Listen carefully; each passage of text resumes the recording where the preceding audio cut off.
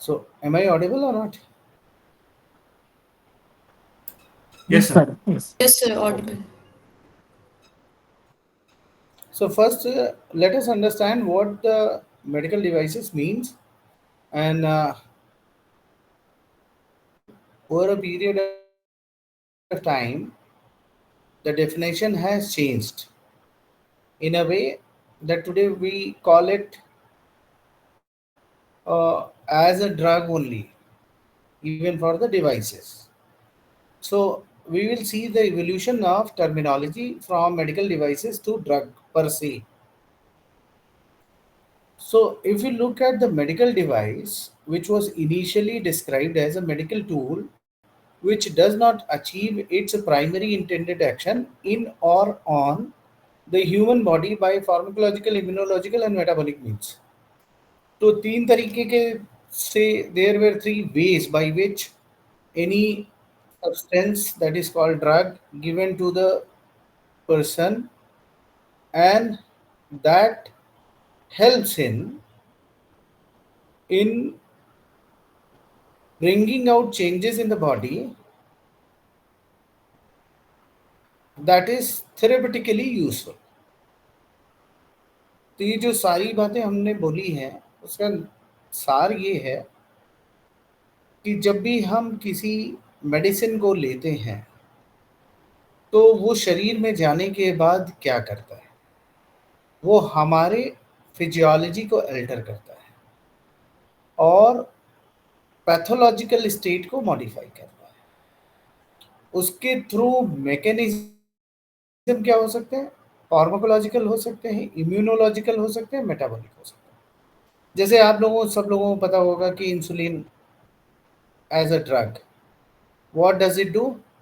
It modify the metabolism, and by modifying the metabolism what does it achieve? It brings euglycemia, जो hyperglycemia है, increased sugar in the body, that is brought down to the normal levels in the body, euglycemia. So metabolic हो गया. Then immunological, तो immunological माने किसी व्यक्ति को allergy हुई और सपोज अस्थमा है, so immune is one of the important component for either occurrence of the disease or the initiation of the disease or recurrence of the disease. So there, if we control the immunological factors, we can control the disease per se. When we say pharmacologically, we do not add any function to the body. We only increase or decrease the existing functions in the body. कोई भी drug अभी तक ऐसा नहीं बना जो additional function देता हो बॉडी को, वो एग्जिस्टिंग फंक्शन को ही या तो इम्प्रूव करता है या सप्रेस करता है। जैसे हार्ट रेट कम हो रही है तो ड्रग दे दीजिए, हार्ट रेट बढ़ जाएगी। हार्ट रेट बढ़ रही है तो ड्रग दे दीजिए, हार्ट रेट कम हो जाएगा। यूरिन प्रोडक्शन कम हो रहा है, ड्रग दे दीजिए, यूरिन प्रोडक्शन बढ़ रहा है। यूरिन बहुत ज़्यादा हो रही है, ड्रग दे दीजिए, कम हो जाएगा। वॉमिटिंग हो रही है तो पेरिस्टालिसिस को कम कर सकता है। लूज मोशन हो रहा है तो पेरिस्टालिसिस को कम कर सकता है। कॉन्स्टिपेशन हो रहा है तो पेरिस्टालिसिस को बढ़ा सकता है। तो अगर आप देखिए बाई एंड लार्ज, तो what is happening, that it is not creating any new function to the body, but it only augment or suppress the existing natural functions in the body. So that is drug. तो उन्होंने कहा कि devices वो tool हैं जो कि pharmacological, immunological and metabolic ways से अलग हेल्प कर रहे हैं ह्यूमंस को, either on the body, in the body. So that is considered to be a medical device. Now there are four classes of medical devices, class A, B, C, D. A माने lowest risk, B means mild to moderate, C means moderate to severe, and then D is high risk. So here why classification is needed? Because what kind of device is going to be manufactured has to be regulated. To regulate the production of the devices, the categorization based on the risk stratification was done.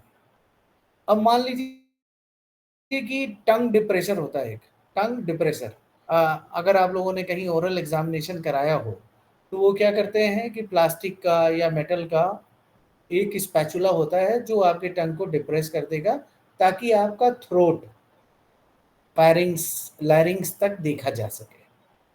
तो टंग डिप्रेशर माने जो आप ice cream खाते हैं, candy ice cream, उसके बाद एक डंडी बजती है लास्ट में, that also works as a tongue depressor. तो अगर as a company I want to make tongue depressor, so I have the lowest risk of inflicting harm to the human subject, so that comes under category A।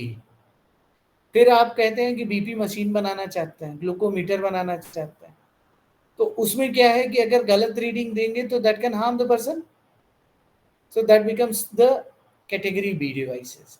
then there are category C devices, MRI करना है और CT करना है, x ray devices हैं, so they come under category C.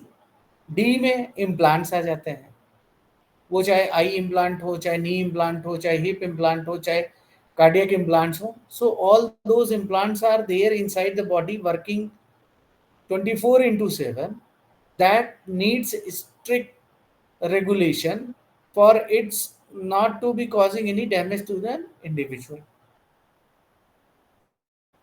So that is how there are 4 classes of devices. So the regulatory procedure for medical devices will vary according to their classes. तो जैसा मैंने बताया कि regulatory requirement different होती है। अगर आप टंग depressor या स्पैचुला बना रहे हैं प्लास्टिक का या वुड का तो वो रिक्वायरमेंट अलग होगी, और अगर आप एमआरआई बना रहे हैं या आप किसी जॉइंट को बनाने की कोशिश कर रहे हैं, हार्ट में वॉल्व बनाने की कोशिश कर रहे हैं, then the requirement of the regulatory will be entirely different. Then why it is important to talk about such requirements of production of medical devices in this country? So the whole एक पुरानी saying है कि अगर ethics और economics के बीच में war हो तो वॉर कौन जीतेगा? Economy. So anything and everything that moves the society is money। तो हम ये क्यों बनाना चाहते हैं? क्योंकि एक बहुत बड़ा मेडिकल डिवाइसेस का मार्केट है। उस बहुत बड़े मेडिकल डिवाइसेस के मार्केट में जो पेनफुल चीजें हैं वो ये है कि 75 to 90% of the devices are being imported to this country। So now the government thinks that if somebody else can make and sell it, why can't we make it for our very own people? So that is the premise for bringing out regulation to facilitate manufacturing in this country। तो ये जो है overall point है। Because of that we are talking about regulation. अब आप देखिए ना कि 1947 में कंट्री इंडिपेंडेंट हो गया, but the first time in 2017 we are talking about the medical devices rules. तो रफली देखिए तो उधर 55, 10, 65, 7, 72 ईयर्स के बाद इंडिया को लगा कि हमको डिवाइसेस के लिए भी रूल बनाना चाहिए। So that is how we are lagging when we compare with other countries in the world. Now second thing is, one is the regulation for facilitating manufacturing in this country. Second thing is the presently market for medical devices is largely unregulated. So medical devices are freely imported into country. And now the funny part is the purchaser, whosoever buys, whether it is a government hospital or a private hospital or doctor, evaluates the quality of the product being purchased, normally FDA approved या CE certification कहते हैं, conformité European. सो European union का standard certificate है। अगर FDA या CE approved है So we assume that the product is of better quality and performance, and only if it is certified in the European countries, if it is certified in the USA and having FDA and CE approval, it is for us to take it very comfortably that product that we are buying is of worth in terms of the efficacy and safety of the product is concerned. So imported medical devices that already have been approved in US, European Union, and that have been deemed equivalent to the CE mark or FDA approved devices will be allowed on the Indian market without undergoing separate conformity assessment procedure. तो अभी तक क्या हो रहा था कि अगर वो सीई सर्टिफाइड है, एफडीए सर्टिफाइड है, तो हमारे कंट्री में वो डायरेक्टली अवेलेबल हो जाता था और उसको लोग यूज कर लेते थे, जबकि ड्रग के केस में ऐसा नहीं होता है। ड्रग के केस में हम क्या करते हैं कि अगर कोई ड्रग बाहर अप्रूव्ड है तो unless there is an emergency use phase 1-2 studies and then we give the market authorization, जबकि डिवाइसेस के केस में ऐसा नहीं होता था। डिवाइसेस के केस में अगर वो एफडीए अप्रूव्ड डिवाइस है, सीई सर्टिफाइड डिवाइस है, तो हम उसको डायरेक्टली लेके यूज कर लेते थे। So now this perspective has entirely change. So now the Indian government wants whatever the devices are being sold in this country should have the approval of the conformity assessment, that it conform to the rules and regulations of the country. So आज का learning objective क्या होगा कि overview of the regulatory guidelines for medical devices in importing, registering, licensing and clinical trials in this country. And the document that I have taken, it is primarily prepared from the CDSCO regulation guideline in this. So CDSCO is the largest body, highest body that takes care of the regulation of or licensing of drugs and devices in this country. So CDSCO का full form है Central Drug Standard Control Organization. ठीक है. So why do we need regulations? It is because of the three reasons that unless we have good regulations, we cannot be ensuring patient safety. If we have a good regulatory framework, then our product can equally be sold out in other countries, to begin with Africa, to say. And if our standards are really good, our product can be sold in European market and US market. So that creates a level playing field for imported as well as indigenous manufacturers. कि अच्छा regulatory framework बनाएंगे तो जो बाहर वाली कंपनियां हैं वो हमारे साथ compete करेंगी और हमें कॉम्पिटिटिव मार्केट मिलेगा, हम भी उस स्टैंडर्ड तक बना पाएंगे, so that we can also be sold offshore, not only inland. अब अगर रेगुलेटरी नहीं रहेगी तो प्रॉब्लम्स क्या क्या है? तो जैसे ये इम्प्लांट फ्रैक्चर है, एक फेमस केस हुआ था जॉनसन एंड जॉनसन का. I am telling you about that case because I have been personally involved in that case. So Johnson and Johnson का एक आता था hip joint, metal on metal. So my sister got operated for metal on metal in 2006. And there was a breakage of implant in 2016. However, the Johnson & Johnson claimed that their defective prosthesis, supposedly defective prosthesis, will at least have 10 years of life. So it was a defective prosthesis, metal on metal, for which across the globe Johnson & Johnson paid compensation. Similarly, in India also, those who got the breakage of implant within 10 years were compensated. Although we have been granted a compensation of 1 crore 10 lakh, but company gave only 25 lakh, and that too by the interim order of High Court of Delhi. And rest amount we did not receive.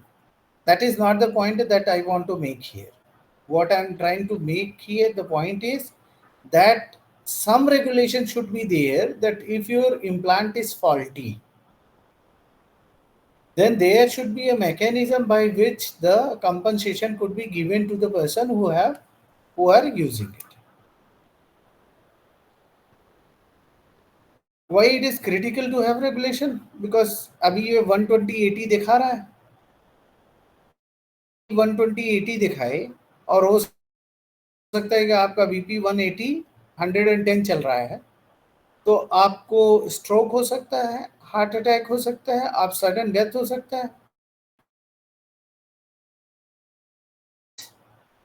which was showing 120/80 और you comfortably believed कि साहब ये तो reading तो सही आ रही है, तो अभी तो कोई दिक्कत नहीं है, isn't it? Then this is a very critical device, like this is given for electrical shock in cases of heart attack. So अगर ये क्रिटिकल टाइम पॉइंट पे यूज होने वाला डिवाइस है, and if it doesn't deliver the shock that what is expected out of it, so whole purpose has been defied, isn't it? So that is the reason why we need a regulation. Now then another question is, why there is a registration needed for the manufacturing of the product? So registration ensures that the government can have a record and listing of the vendors, be it manufacturers or the importers. Lay emphasis on after sale obligation. Unless you have registration, अब जिससे आपने machine खरीदा वही आपको बेच के भाग गया, तो आफ्टर सेल जो भी मेंटेनेंस का था, फॉलो अप का था, वो तो नहीं हो पाएगा. So that is the reason registration we need. Enforce orders on defaulters like suspension of licences. तो जैसे जॉनसन एंड जॉनसन वाले का मैंने बताया कि अगर वो कंसिस्टेंटली डिफॉल्टर हैं तो उनकी लाइसेंसेस को रद्द किया जा सकता है, सस्पेंड किया जा सकता है, so that they can not sell their product in this country. And also to have a renewal system in place for registration, thereby maintaining updated information. तो अगर लाइसेंसिंग मिली है तो अनंत काल के लिए मिली नहीं है. So for a certain period, and then there has to be renewal, so that you can be very confident that who is your provider, whether manufacturer or importer, he or she can be reached out for the maintenance services issues, as well as if their implants are defaulted, their licenses can be revoked. So better society requires better knowledge management practices and use of latest devices and technology, that we all know. And considering all these factors, registration as well as regulations, it is the medical device rule 2017 was framed. So in the last class also I was telling you about this rules, regulations, act and ethics. So act is the overarching heading under which rules are framed, and all the nitty-gritty of the details are to be applied or followed. Regulations are framed. So these medical devices rules and all the three things, act, rules and regulations, are statutory in binding, and it is like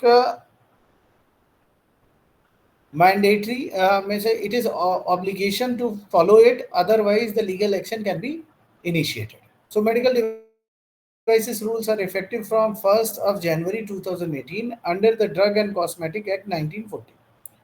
So to regulate the clinical investigation, manufacture, import, sale, distribution of the medical devices in the country, harmonize with the international regulatory practices and provide comprehensive legislation for the regulation of the medical devices, which will foster Make in India also. तो 31 जनवरी 2017 को एक draft notification आया था कि साहब जो है ना वो वाइड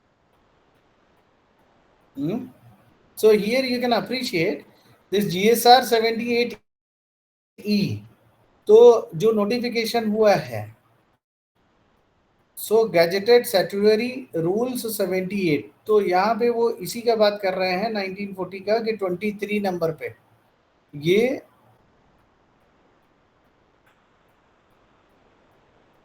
पब्लिश हुआ था 23 ऑफ 1940, मतलब ये 1940 का 23वां नोटिफिकेशन होगा जो कि ड्रग एंड कॉस्मेटिक एक्ट के बारे में बताता होगा. Now when we look at this MDR 2017, it is up to be applicable from the 1st January 2028, and rules shall be applicable in respect of, किनके लिए ये applicable है? Substances used for in vitro diagnosis, IVD, in vitro diagnosis, surgical bandage, staples, sutures, ligatures, blood and blood products. इसके लिए 2018 का rule applicable हुआ था. Then another thing is academic clinical study. तो एक आपने सुना होगा क्लिनिकल ट्रायल और दूसरा एकेडमिक क्लिनिकल ट्रायल, दोनों में अंतर क्या होता है?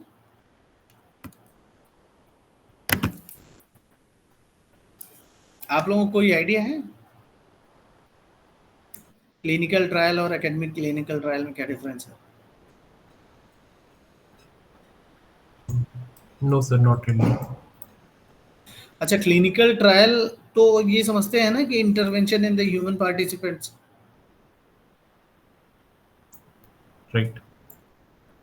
क्लिनिकल ट्रायल का मतलब होता है कि जब भी इन्वेस्टिगेटर कंट्रोल करे कि क्या दिया जाना है क्या नहीं दिया जाना है, जिसमें कि ह्यूमन पार्टिसिपेंट्स हों, तो उसको हम क्या कहते हैं? क्लिनिकल स्टडी कहते हैं या क्लिनिकल ट्रायल कहते हैं. For all practical purposes clinical trial होते हैं, कंडक्ट किए जाते हैं किसके लिए? अप्रूवल्स के लिए सर, यही लाइसेंसिंग, रेगुलेटरी अप्रूवल्स के लिए. अप्रूवल्स के लिए रिक्वायरमेंट बहुत स्ट्रिक्ट होती है, जिसमें कि कंपनसेशन की भी रिक्वायरमेंट है और various other requirements are there, तो वो बड़ा स्ट्रिक्ट है. तो लोगों ने कहा कि साहब अगर हम क्लिनिकल ट्रायल का जो आप रेगुलेटरी फ्रेमवर्क के लिए रिक्वायरमेंट है, अगर उसी को जनरल क्लिनिकल ट्रायल में भी आप अप्लाई करोगे तो हम तो कर ही नहीं पाएंगे, क्योंकि वो एक ड्रग डेवलप होती है 600 करोड़ से लेके 1000 करोड़ के खर्चे पे. अब 600 करोड़ रुपए लगाने वाला कौन है? वो तो सिर्फ इंडस्ट्री लगा सकती है. तो उन्होंने उसका अल्टरनेटिव ये बताया कि क्लिनिकल ट्रायल एकेडमिक इंस्टीट्यूशंस कर सकते हैं, लेकिन उसका जो डेटा है वो उस ड्रग या डिवाइस के मार्केटिंग ऑथराइजेशन के लिए नहीं यूज होगा. अगर आप नहीं यूज करते हो तो आप कर सकते हो, और ये फ्लेक्सिबिलिटी सिर्फ इसलिए दी गई ताकि एकेडमिक इंस्टीट्यूशन नए नए एरियाज को एक्सप्लोर कर पाए.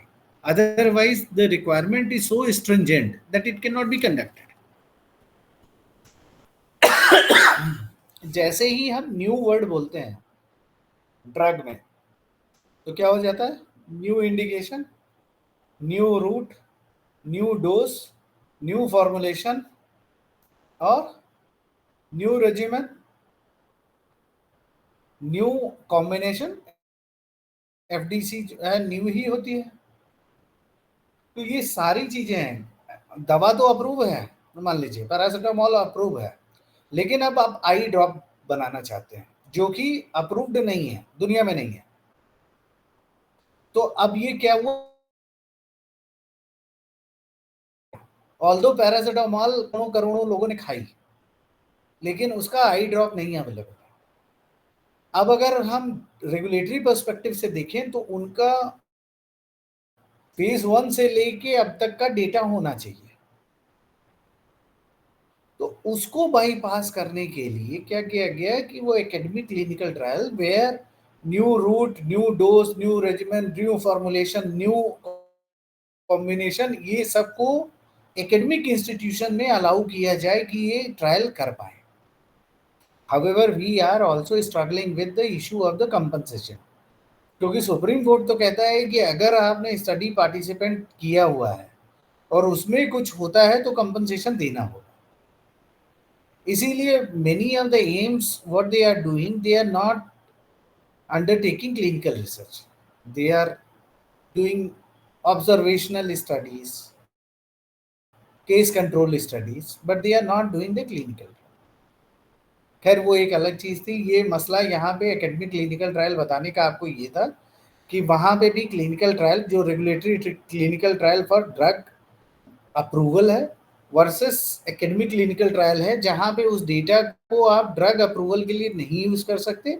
सेम कॉन्सेप्ट यहाँ पे भी एमडीआर 2017 में है कि वैसे तो क्लिनिकल ट्रायल होना चाहिए डिवाइस का, लेकिन अगर आप एकेडमिक पर्पज से क्लिनिकल ट्रायल कर रहे हैं तो उसका डेटा आप उस इंस्ट्रूमेंट को लाइसेंस दिलाने में यूज नहीं करेंगे। So a clinical study conducted for academic purpose on a medical device for the approved or a new intended use, new material of construction, new improved design और population।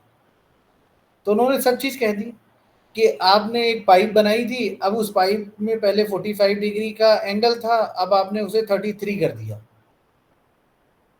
अब वो actually new device हो गया, क्योंकि वो जो है improved design हो गया ना। 45 डिग्री का जो एंगल था उसको आपने 33 कर दिया। न्यू पॉपुलेशन है। न्यू पॉपुलेशन का मतलब है कि पहले ये स्टडी यूरोपियन में हुआ था, अभी जो है इंडियन में करना चाहते हैं, न्यू पॉपुलेशन है।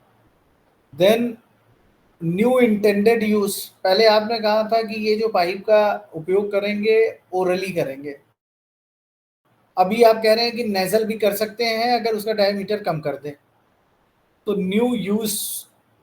सो ये सब एक कॉमन तरीके से बता रहा हूँ सिंपल एग्जांपल से कि ऐसे सिचुएशंस में जो हम नया प्रोडक्ट है उसका क्लिनिकल ट्रायल एकेडमिक इंस्टीट्यूशन में पॉसिबल है, but that data can not be utilised for the licensing of that instrument by licensing agency. Custom made medical devices, अब ये कस्टम मेड में डॉक्टर, अगर जयपुर फुट आप लोगों ने विजिट किया होगा, जस्ट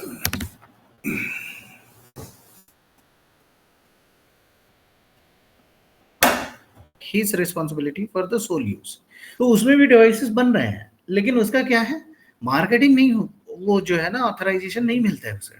अब जैसे आपने कहा कि एक आदमी का राइट एंड लेफ्ट पैर के बीच में गैप है और ये गैप है 7 mm का, तो 7 mm के लिए हमें इंसोल लगा देना चाहिए एक जूते में, ठीक है। फिर आपने महसूस किया कि उतना ही एनफ नहीं था, फ्लैट फुट भी था, तो आपने उसको कहा कि इसके जो है एंकल के नीचे आप 3 mm का और भी इंसोल बढ़ा दीजिए।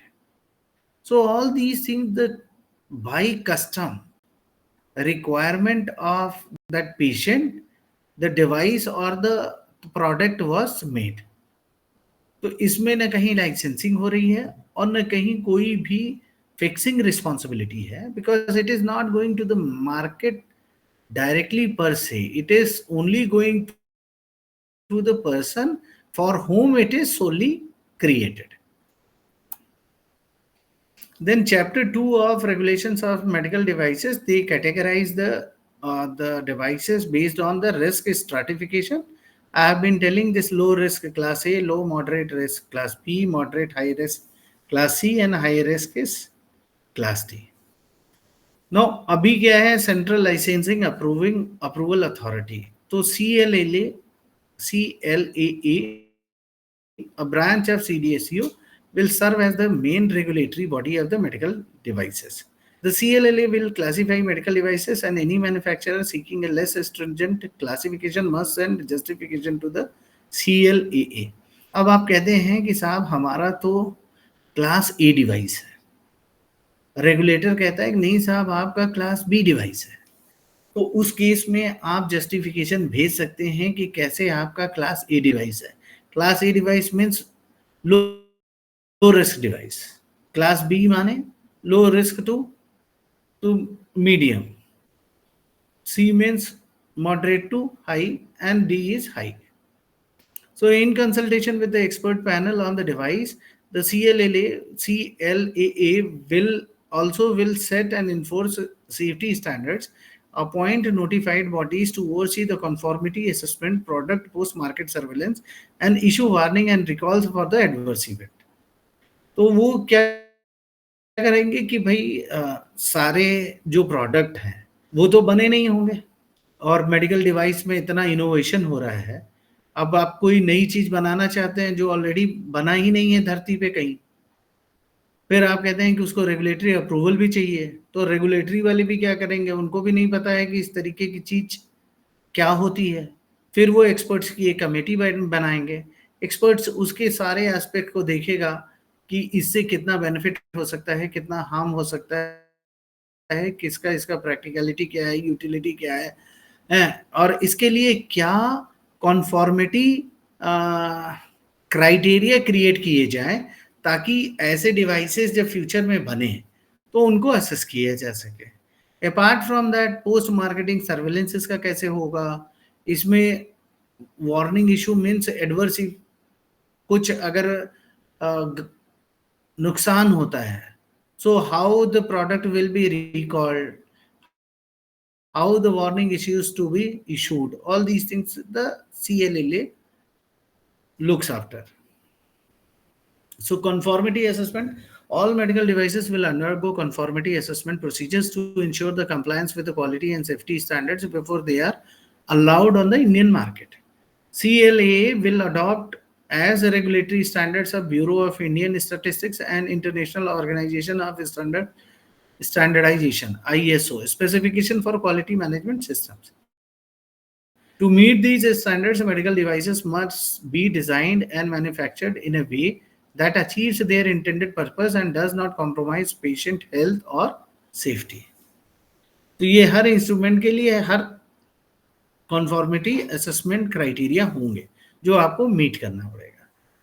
अब नोटिफाइड बॉडी क्या है, कि कौन सी बॉडी है जिनको जो ये देखेंगी कि आप इसको फॉलो कर रहे हैं कि नहीं। For class A devices manufacturers में perform their own conformity assessment procedures. तो क्लास ए के लिए आप जैसे आपने टंग प्रेशर बनाया है, टंग का चम्मच, तो उन्होंने कहा कि साहब आप ही कन्फॉर्मिटी देख लो कि आपका जो प्रोडक्ट है, आपका स्पेसिफिकेशन है, वो स्पेसिफिकेशन उसी का रेप्लिकेशन आप इंश्योर कर पा रहे हो कि नहीं कर पा रहे हो, ये देखो। However, for class B, C, D, the CLLA in consultation with the BIS will publish a list of notified bodies authorized to perform conformity assessment. अब मान लीजिए कि जो है ना कोई एक ऐसा इंस्ट्रूमेंट बनाया गया IIT जोधपुर में, तो जो कि यूनिक था in the country and the world. So what the CLAA will do कि वो जो है IIT जोधपुर के इंजीनियर्स के साथ मिलके उसका एक कॉन्फॉर्मिटी असेसमेंट क्राइटेरिया क्रिएट करेंगे और IIT जोधपुर को एज ए नोटिफाइड बॉडी कर देंगे कि इस तरीके का इंस्ट्रूमेंट अगर प्रोड्यूस होता है तो उसकी कॉन्फॉर्मिटी असेसमेंट को IIT जोधपुर से कराया जाए। एक बार IIT जोधपुर उसको सर्टिफाई करेगा कि नहीं, ये they are meeting the requirements of the conformity assessment and they may be allowed to be on the Indian market, तो उसको लाइसेंसिंग दी जा सकती है। तो medical device manufacturers must submit an application of assessment to one of these notified bodies. In case of the C and D, further information and clinical investigations may be required. Scope of notified body क्या है? Only class A and B के लिए notified bodies होती हैं to verify quality management system conformance at the manufacturing site where necessary by inspection. तो वो जो है ना वो जाएंगे मैन्युफैक्चरिंग साइट में भी देखेंगे कि उनका क्वालिटी और सेफ्टी के लिए क्या क्या चीजें, whether it is meeting the standards laid down by the BIS or not. So verification of the essential requirement, verifying the validation of the manufacturing process through objective evidence, the conformity of the material with the defined specification, responsibility for ensuring conformance to the quality management system and conditions of license and registration. Is it being maintained or not? If not, then a warning letter can be issued. So after receiving all the application materials, the notified body will examine and assess whether the device conforms to the BIS or ISO standards which has already been created and then if it is meeting with the BIS criteria, then notifying body can recommend for its license through CLAA. Notified bodies will also conduct unannounced audits of the manufacturing facility to ensure that the actual manufacturing practices match with those described in the document. अब document में तो बहुत सारी चीजें लिखा है कि सुबह 8 बजे से 6 बजे तक काम करेंगे, उसके बाद मशीन को आराम करने देंगे, उसके बाद उसको कूलिंग के लिए कूलर लगाएंगे या एसी लगाएंगे, ये तमाम कमिटमेंट्स किए गए, लेकिन जब आपने साइट पर पहुंचे तो पता चला कि छप्पर में वो बनाया जा रहा है. So all these audits can be done by the notified bodies made by the CDSCO, CLAA. So medical devices that conform to proper standards must bear the Indian Conformity Assessment Certification mark. जैसे कि हम FDA, US FDA approved या CE certified लिखते हैं, वैसे ही BIS certified mark लगाएंगे, which will allow them to be placed on the market and to move freely throughout the India. अब government of India has notified following. अब 2018 से पहले जो थे वो किसके किसके पास अधिकार थे इसको कॉन्फॉर्मिटी असेसमेंट कराने के लिए? Disposable hypodermic syringe, disposable hypodermic needles, disposable perfusion sets और in vitro devices for HIV, HbA, HCV and other sera, ये स्टेट लाइसेंसिंग एजेंसी के पास थे. They were the notifying body. However, the cardiac stent, drug-eluting stent, catheters, intraocular lenses, IV cannula, bone cement, heart valve, scalp vein set, orthopedic implant, internal prosthetic replacement, ablation devices, ये सब सारे थे. Notified body was the CLAA. Following products are notified as drug under MDR 2017 regulated as medical devices. तो ये जो medical devices थे पहले 2017 में उनको क्लासिफाई रीक्लासिफाई किया गया एज अ ड्रग. तो ड्रग में क्या क्या आ गया? Sutures and ligatures, disinfectant, blood grouping sera, surgical dressings, umbilical tapes, condoms, intrauterine devices, vaginal tubal rings, blood bag.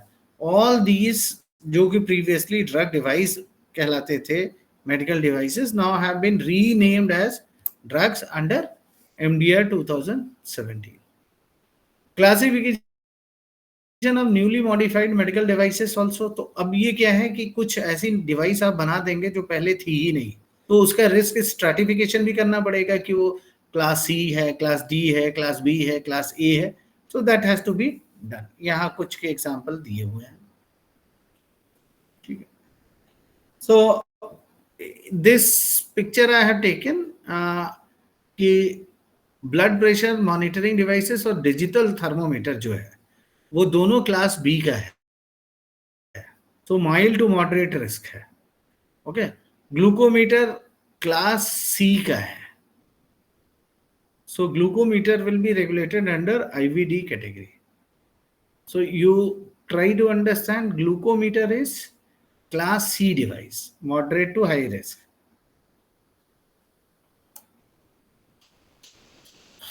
अच्छा, ये गैजेट नोटिफिकेशन आया था जिसमें कि एब्लेशन डिवाइस को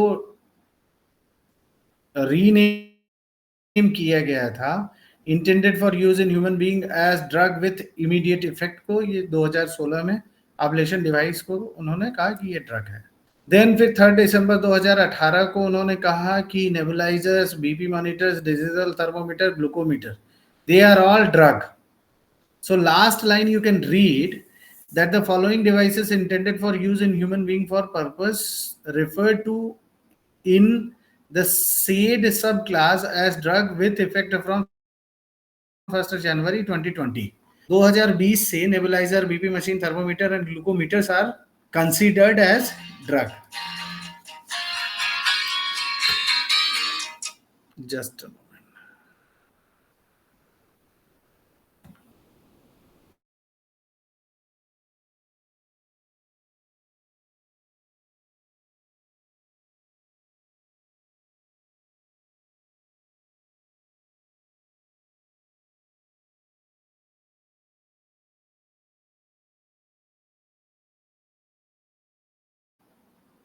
Sorry.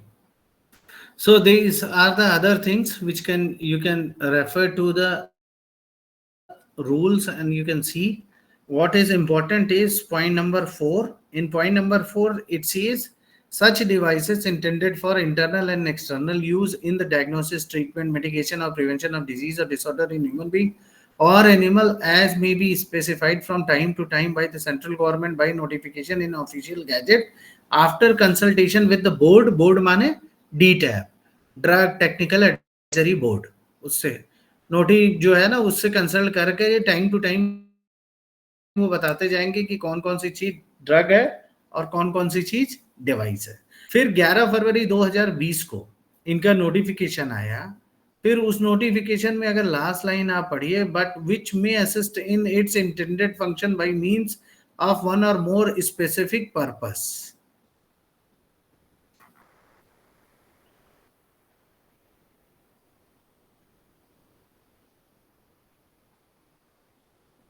So here you can appreciate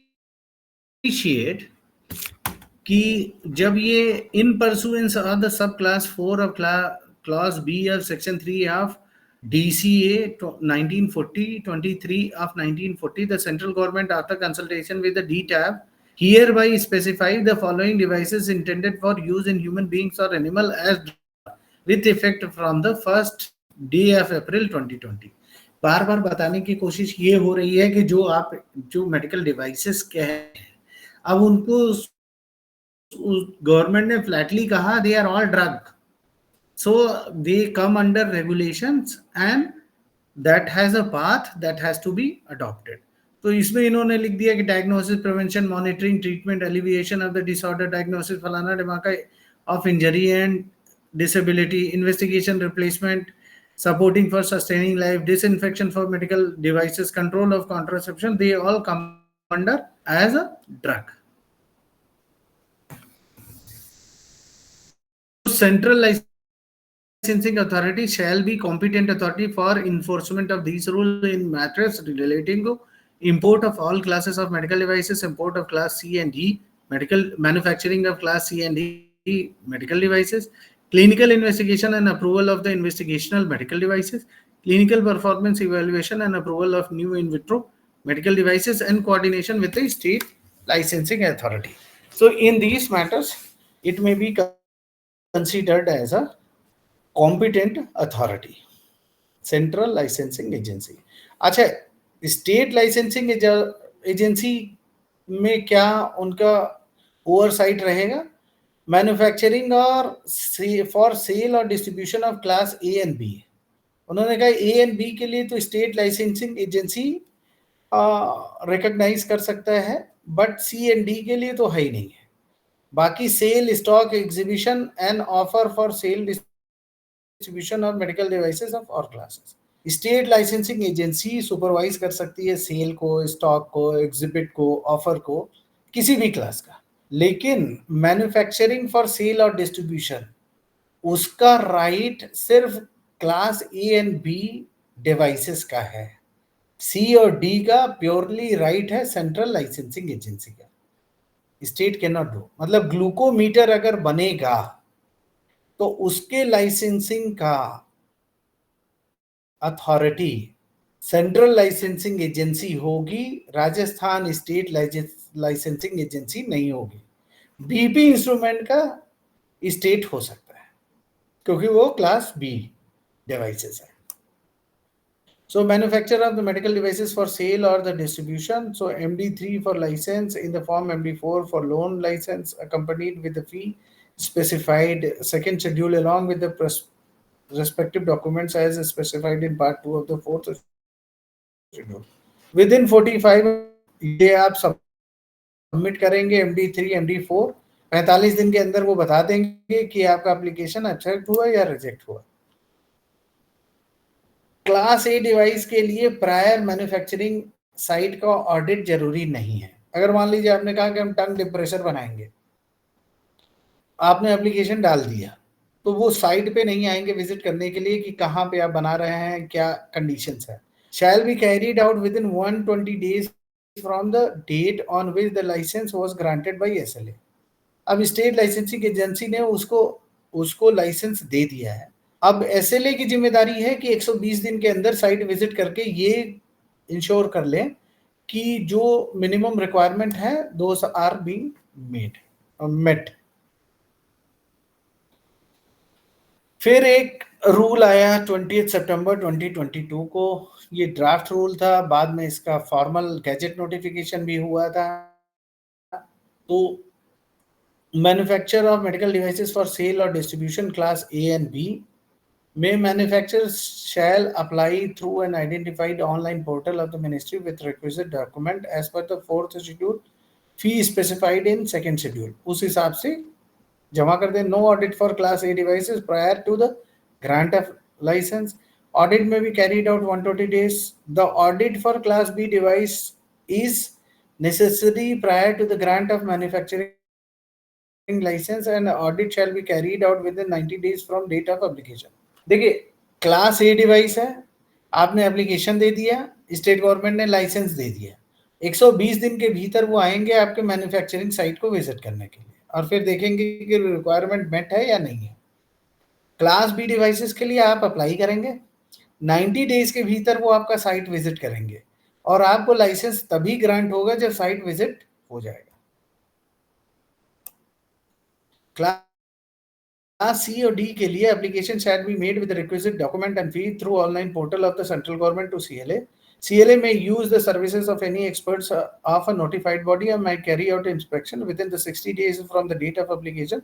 No inspection of a medical device manufacturing site is for grant of loan license to be carried out if the site is already licensed to manufacture such devices. After completion of inspection, the inspection team shall forward the report to the CLA through the online portal.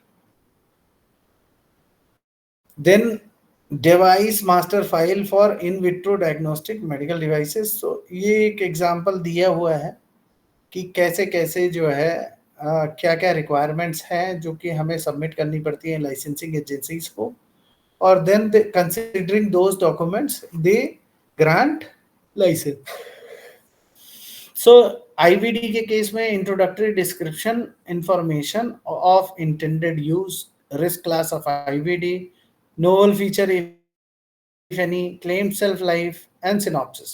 अब simple term में अगर हम लोग बात करें कि हम एक प्रेगनेंसी चेक प्रेगा न्यूज की तरह कोई एक इन विट्रो डिवाइस बनाना चाहते हैं, रैपिड एंटीजन टेस्ट जो भी है, तो अगर हम ये जो है LFD बेस्ड लेटरल फ्लो एसे LFA बेस्ड कोई ऐसा किट बनाना चाहते हैं, तो उस पर्टिकुलर केस में जस्ट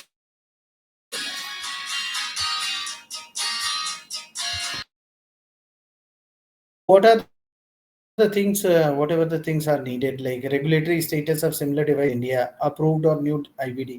तो उसका क्या स्टेटस है? सपोज हमने कहा कि ओरल कैंसर के लिए हम एक किट बनाना चाहते हैं that is based on the saliva और वो लेटरल फ्लो ऐसे बेस होगा, इन विट्रो डिवाइसेस है, तो वो पूछेंगे कि किस पर्पस के लिए बना रहे हैं, इसका क्लास क्या है। अब इसमें जो पर्टिकुलर क्लास है ये द टीम डिसाइड्स। आप तो कह रहे हो कि बस सलाइवा लेंगे, उसमें ड्रॉप डालेंगे, अगर 2 बैंड आएंगे तो इसका मतलब कैंसर पॉजिटिव है, 1 बैंड आएगा तो कैंसर नेगेटिव है। आपके हिसाब से क्या होना चाहिए इसका risk stratification?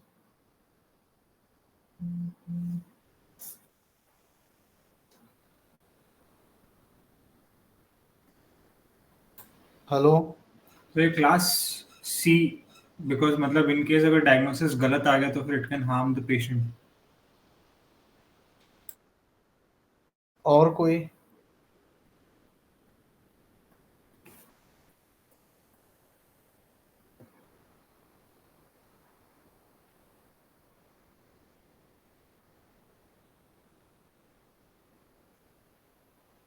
Anybody else?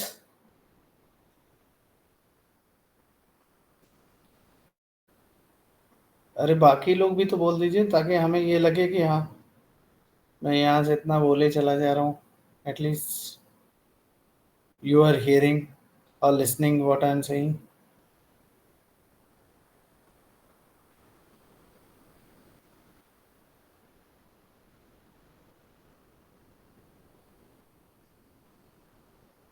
Divya Prakash Pandey,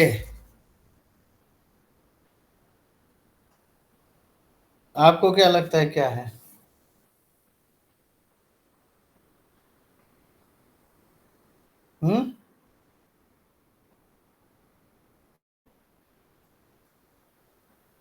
और बाकी किसी को कुछ नहीं लगता है?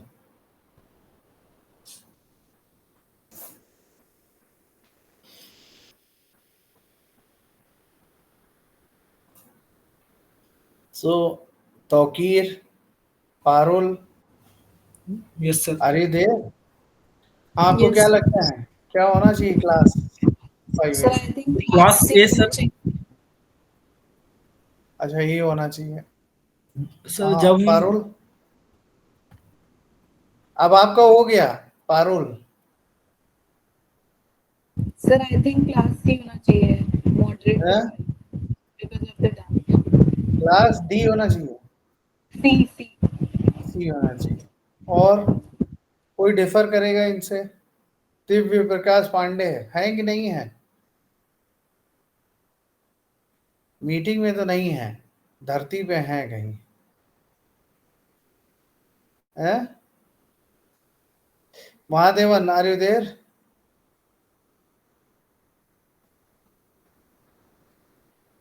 Must be sleeping. Prashansa, oh, just got Sir, up. sir, class 3 device, I think. 3 तो चल ही नहीं रहा है, C, ABC sorry, चल class रहा है। C, class C. Okay. Mahadevan, you just got up now? Okay, so what is your opinion? This is not something that like we are going to issue notice to you all that you gave the wrong answer.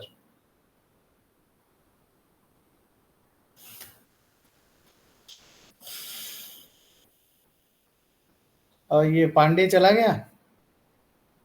नहीं यार, ये तो meeting में है भी and he is not responding.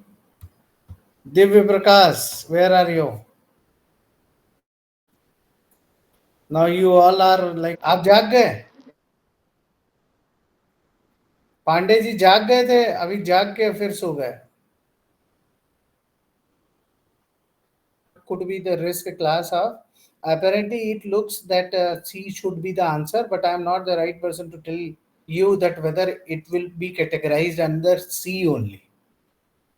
A simple assumption could be, as you have proposed, that since the wrong diagnosis can have a far-reaching implication, so this could be a moderate to high risk device, but I am not the right person to comment on it. Then regulatory status of similar devices in India, approved or new IVD, domestic price of that IVD that you are going to quote, then marketing history of IVD from the date of introducing IVD in the market, or if at all some other company has made some other.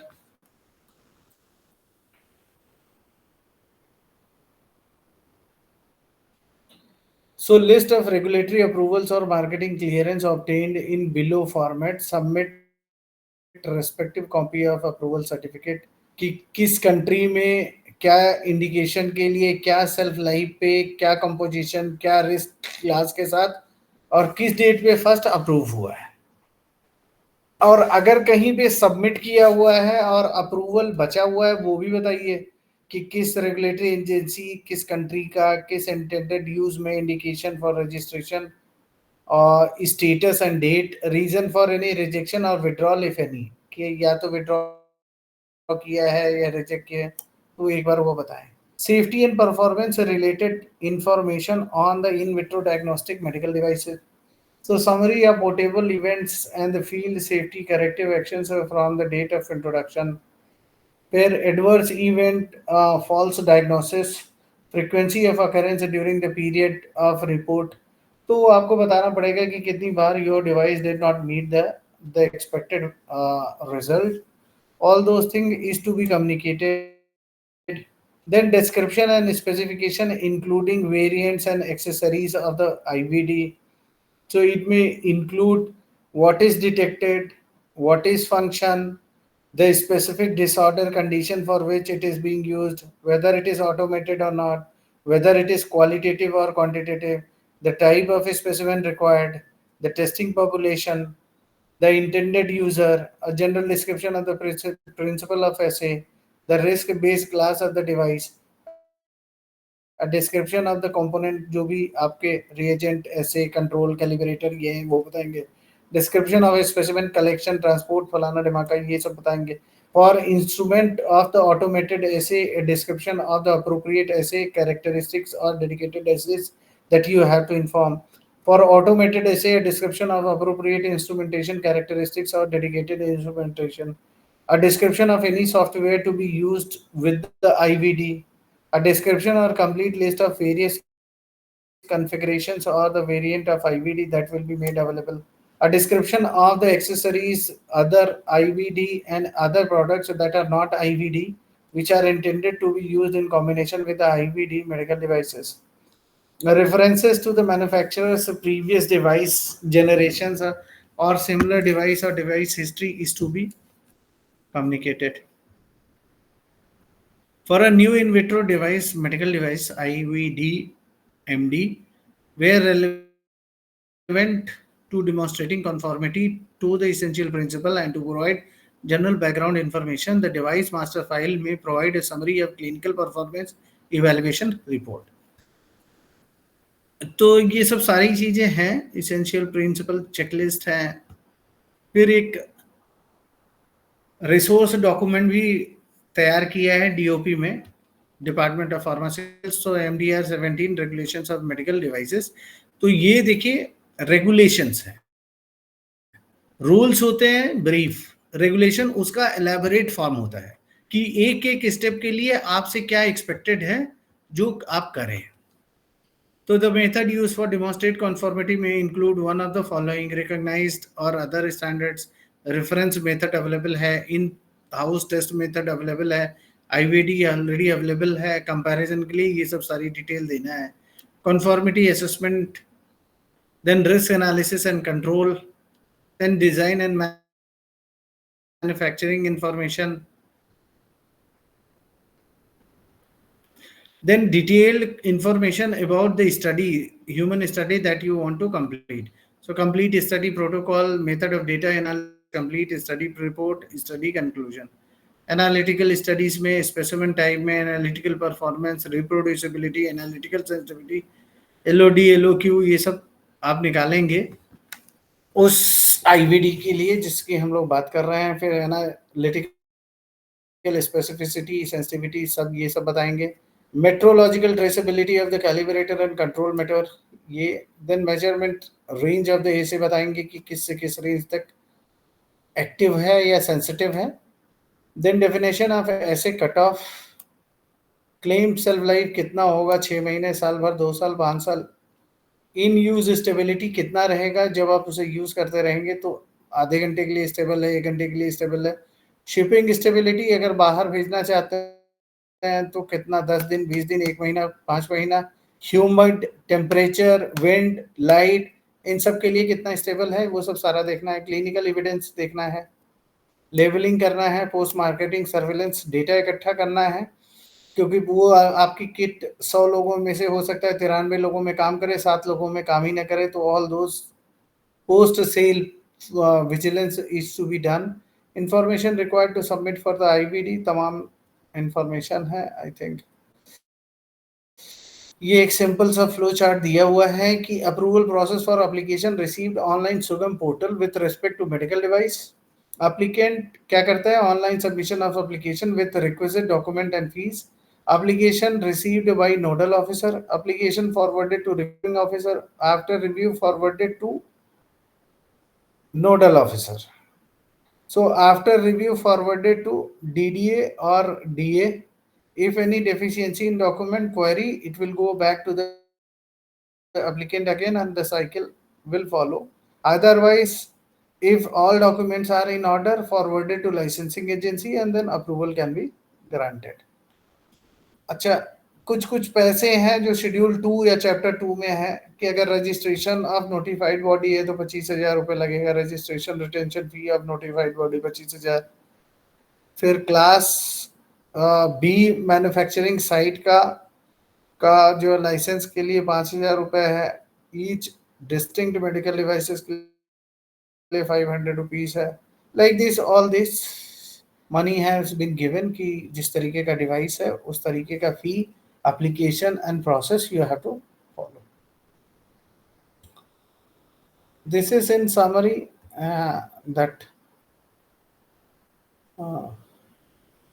is all about the medical device rules 2017. I know it is a very like fast class, and in 1.5 hours we cannot expect to cover all the aspects of the regulatory requirements. However, it is a brief overview of what are the things in terms of the medical devices, how it is being considered, regulated, and some few of the steps have been told to you. I hope it might have given you some information about regulatory requirements in this country. And if you have any question, I can take up.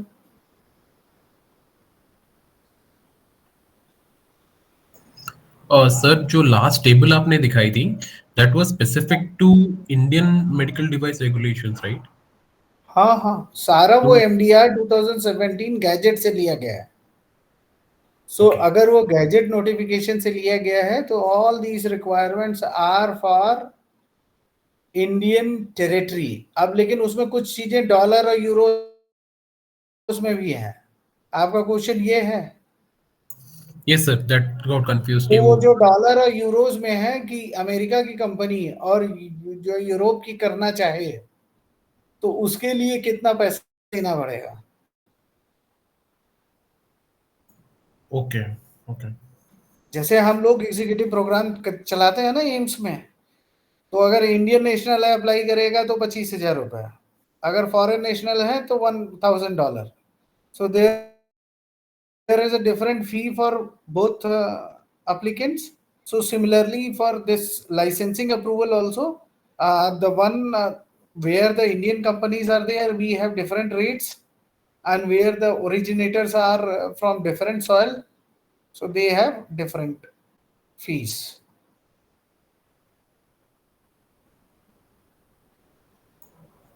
Sir one more thing, like हम लोगों का जो मतलब medical device, suppose जैसे आपने बताया कि Indian manufacturing unit पे अगर मैन्युफैक्चर होता है और वो इंडियन डिवाइस रेगुलेशन से पास भी होता है, तो is it scalable in abroad या फिर उनके डिवाइस रेगुलेशन को पास करने के बाद ही that is feasible to scale होता है? देखिए, जब यूएस FDA ड्रग अप्रूव कर देता है उसके बाद भी इंडियन CDSU उसे अप्रूव नहीं करता है। So every territory have their right कि वो किसी दूसरे के रेगुलेटरी से अप्रूव्ड प्रोडक्ट को अपने यहाँ अप्रूव करेगी कि नहीं करेगी। शुरुआत में अगर आपने ध्यान दिया हो तो हमने कहा था कि अभी तक हम क्या करते थे कि FDA अप्रूव्ड प्रोडक्ट है, CE सर्टिफाइड प्रोडक्ट है, तो हम उसको डायरेक्टली मार्केट में परचेज करके उसका यूज करते थे। तो फिर हमें रेगुलेशन की जरूरत पड़ी कि हम अपने भी तो रेगुलेशंस बनाएं ताकि हमारे जो इनोवेटर बनाए उनको बाहर जाने में that gives them a confidence that we have already certified by the एक standard organization in this country, regulators of India, so that other people, हम जब FDA कहते हैं तो FDA का मतलब क्या है? एक रिस्पॉन्सिबल एजेंसी जिसने कि अगर आपके प्रोडक्ट को पास किया है, so it must have met all the minimum requirement for that to be passed or for that to be in the market. तो उसी तरीके से जो CDSCO है वो है, लेकिन हमारा अप्रूव्ड प्रोडक्ट सिर्फ हमारी टेरिटरी के लिए है।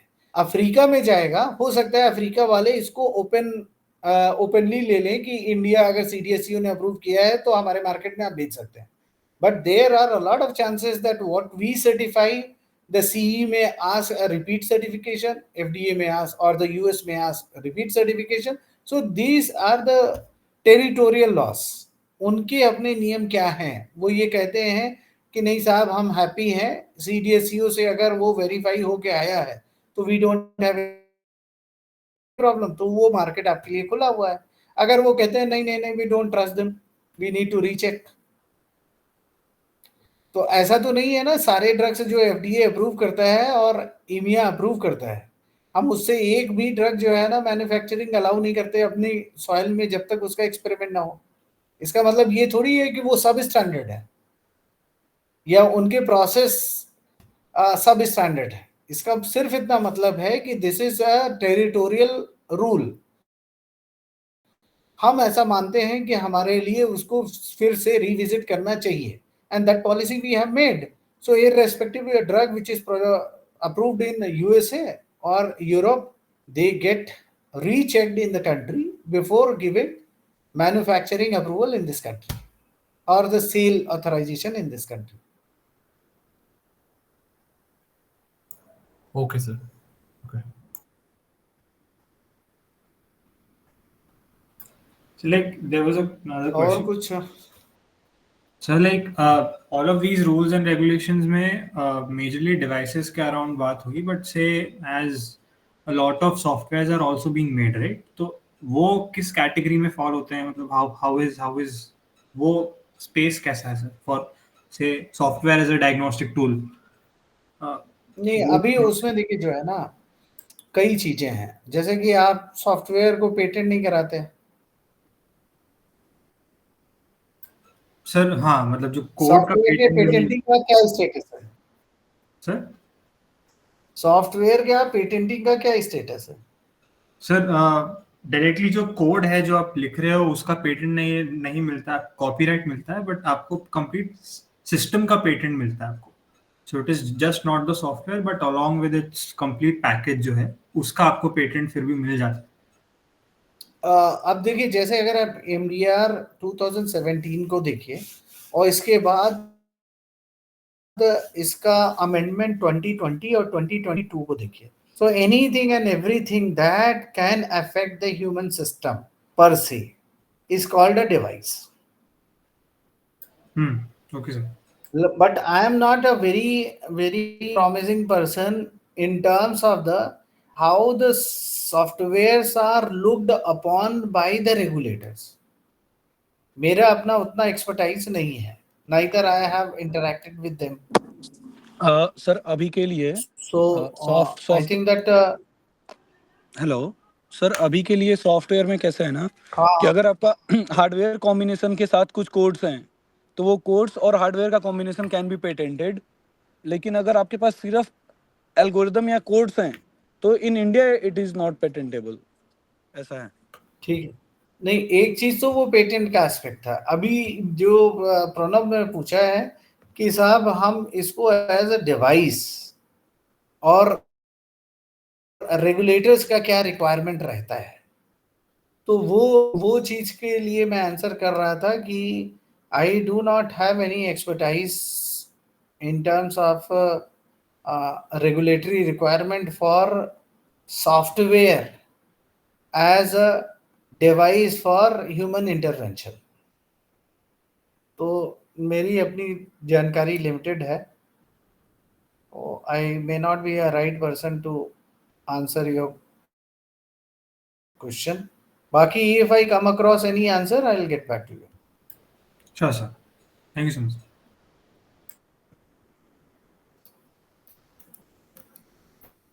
So any ladies in the group? I think 2-3 girls are there, na?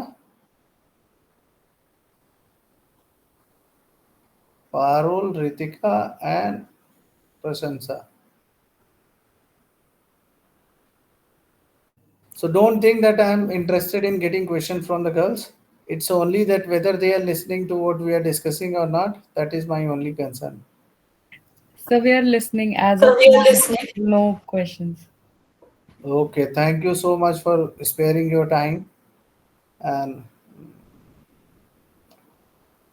I will be happy if I get some questions even later so that I can be of some use to you all.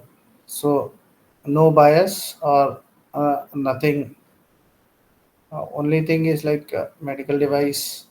You are all enrolled in medical device program, so you should be active thinker in this line and should be a little inquisitive, curious about what is happening around, not only in terms of the development